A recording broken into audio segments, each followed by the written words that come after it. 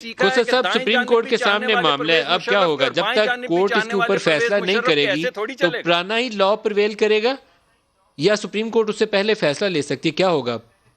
देखिए, ये तो सुप्रीम कोर्ट को अब फैसला करना है कि ये जो इन्होंने एलएफओ पेश किया है उस पे वो क्या फैसला फरमाते हैं। तो मैं उस मामले में तो कुछ नहीं कह सकता। मेरे ख्याल में it is in safe hands. Khosa sahab, Sardar Latif खोसा साहब जी, देखें सुप्रीम कोर्ट जो फैसला, जिस तरह मुसद्दक ने कहा कि इनसे राय मांगना ही गलत था, हुकूमत का जाना ही गलत था। ये कोई क्वेश्चन नहीं था जिस पर आप 186 आर्टिकल में जा रहे हैं एडवाइस लेने के लिए। ओ भाई, ये पार्लियामान और किस लिए होती है? आपने 226 आर्टिकल पढ़ा है, देखा है, आप चले जाइएगा। आप गए हैं ना कौमी असेंबली में उसकी तरमीम के लिए, लेकिन उस तरमीम की आड़ में आपने क्या किया? आपने चेयरमैन सेनेट का तो वही सीक्रेट रखा। उसमें वो नहीं कह रहे कि चेयरमैन सेनेट का इलेक्शन सीक्रेट हो। सेनेटर का इलेक्शन जो है ओपन बैलेट से हो, चेयरमैन सेनेट का वही रहेगा सीक्रेट।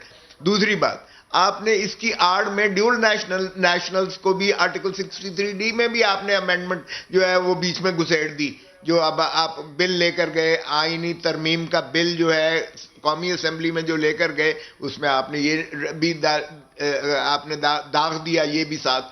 तो एक तो चीज ये है कि जिस तरह कहा गया, time is of the essence. सियासत में वक्त की बड़ी कीमत होती है कि वक्त पर किस वक्त आप लेके जा रहे हो एक तरमीम, नंबर 1। नंबर 2, देखें ओपन बैलेट जो है बाय शो ऑफ हैंड तो हो नहीं सकता है, ये प्रोपोर्शनल रिप्रेजेंटेशन है।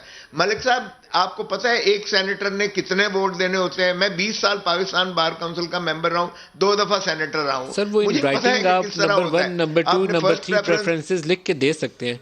उसमें इतनी मुश्किल नहीं है, सिर्फ उसको बैलेट को नंबर 1, नंबर 2, नंबर। अच्छा, फिर मलिक साहब एलिमिनेशन होती है, फिर फ्रैक्शंस लगते हैं। आप उसकी काउंटिंग जो है इतनी मेटिकुलस है जिसकी कोई हद नहीं है। आप कोई तो उसका तरीका बनाएंगे। शो ऑफ हैंड से तो आप कर नहीं सकते कि पहला वोट आप इतना ऊंचा हाथ खड़ा करेंगे, दूसरे को नीचा कर लेंगे, तीसरे को और नीचा